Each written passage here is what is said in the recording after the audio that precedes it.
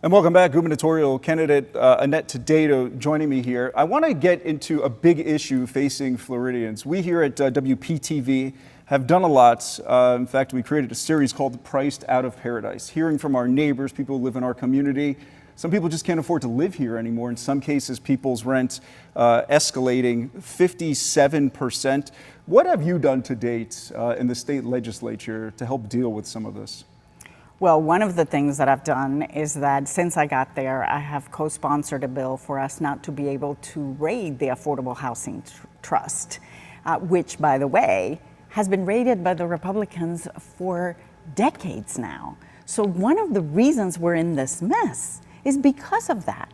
Instead of investing fully in making sure that we have affordable and workforce housing, we have been taking the money for the pet projects of some of these legislators. That's completely unacceptable. I want to make sure, just like I have sponsored the bill, that it becomes law, that no matter who's governor, no matter who's in power, no matter which party, that we fully invest in it. Because guess what?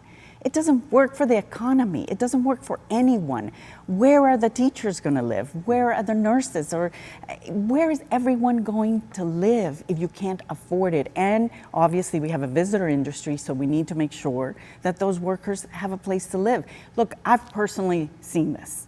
I actually rent because we sold our home and we've been priced out of our own neighborhood. So it's impacted you. So yes, and a month ago I got a letter from my landlord telling me that they were going to raise the rent in order to sign a new lease, 50% increase. So I know personally what people are going through. Miami, where I represent, #1 in the country, more expensive than New York or LA. Who's heard of this? But this is happening all across the state. We have the top 3 cities in the country right here in Florida. It's completely unacceptable that we're not doing anything. And let me tell you something else we tried to do this session.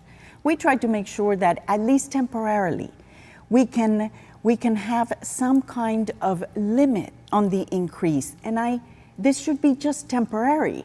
But while we're in this crisis, we need to do something now besides the investment in affordable housing. But the problem is that will take longer. You have to build them, but we do need to build more. But let's at least help people right now with a limit. The governor will not call a state of emergency for this. I think he should. He could do it with a pen. He doesn't even need the legislature. I would do that. I wanted to ask you about your plan. Years ago, as a way to promote higher minimum wage, you lived on a minimum wage salary for a week, I believe. Yes. If elected, what is your plan here to address affordable housing? Well, listen, this is part of the problem. I mean, the minimum wage has not kept up with inflation, and I'm a small business owner, so I understand all the different sides, but I also know that people need to be able to live in the place, to be able to work for you, and they have every right to earn a livable wage. And the voters spoke loud and clear, so we need to make sure that, first of all, we stop doing what Tallahassee does, which is the voters speak loud and clear, and they figure out a way to undo what the voters tell us to do. So that is, first of all, very important. We need to make sure that people actually get their full $15 an hour wage. But in addition to that, again, when it comes to affordable housing, we need to fully invest in it, not raid the Affordable Housing Trust, and in cases of emergency, put a limit on the percentage that, a renewal Rent of a control? lease. Yeah, I just put a limit on the percentage. I mean, we don't have to go that far. We can, look, I am a very balanced person. I am a person that understands that you also have to worry about the people who own property, that maybe live off of renting that property. But there is a limit to what we should do, and we can control a little bit the balance of what's needed for those people to continue to live while they rent it, but also for people to be able to afford to live here. An unfortunate struggle for so many people. Let's turn back to the election and a possible matchup and a hypothetical matchup between you and Governor DeSantis. He has a war chest of more than $100 million. How do you compete with that? Actually, I know that in this state, having run statewide and also having been outspent every time, I mean, they spent a record $10 million trying to beat me for a special session for state senate. And we had 3.5. So the difference was very, very large. I think that is going to take an exciting candidate and a candidate that's going to break barriers. I will be the first woman and the first Latina in Florida history, but also someone that's going to bring people together. I think the state of Florida is completely tired of the politics of hate and division, which is what we currently have. So all the money in the world is going to come to that 1% or less.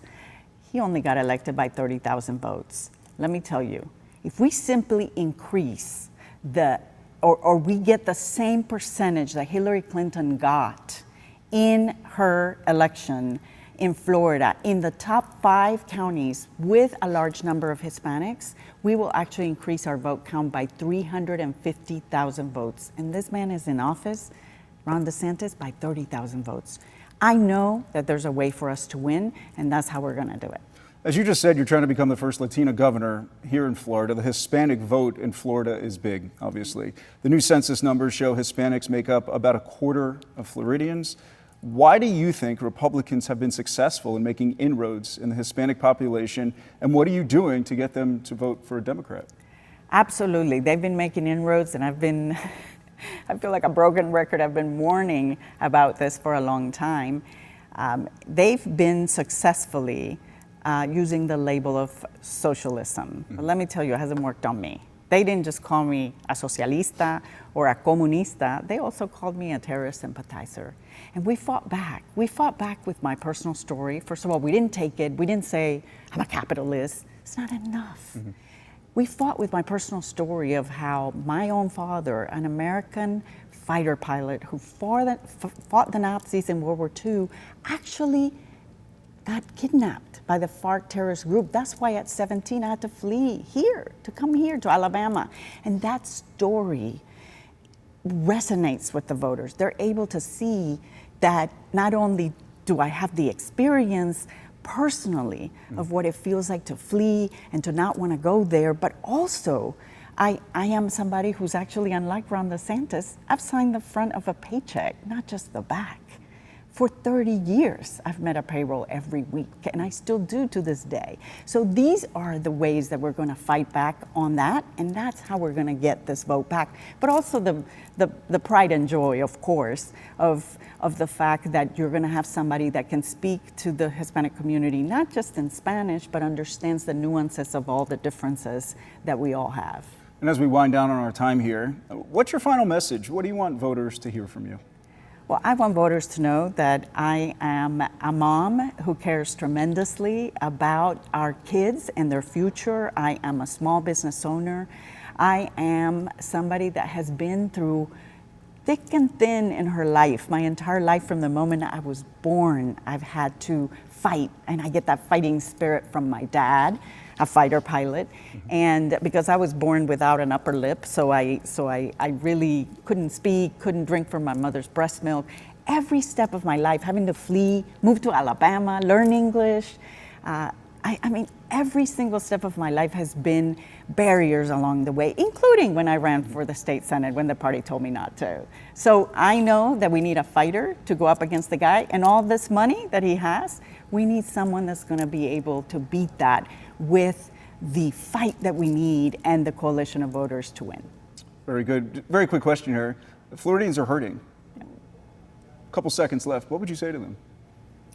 Listen, we hear you, we know, and you know, I know that we need someone that's going to fight for them and that's going to bring back some balance to Florida, because they're worried about power and money, and we need someone that's actually going to worry about all Floridians, not about people outside of here in a future presidential campaign. Senator Taddeo, thank you very much. I appreciate you making some time. We'll be back with more in just a moment.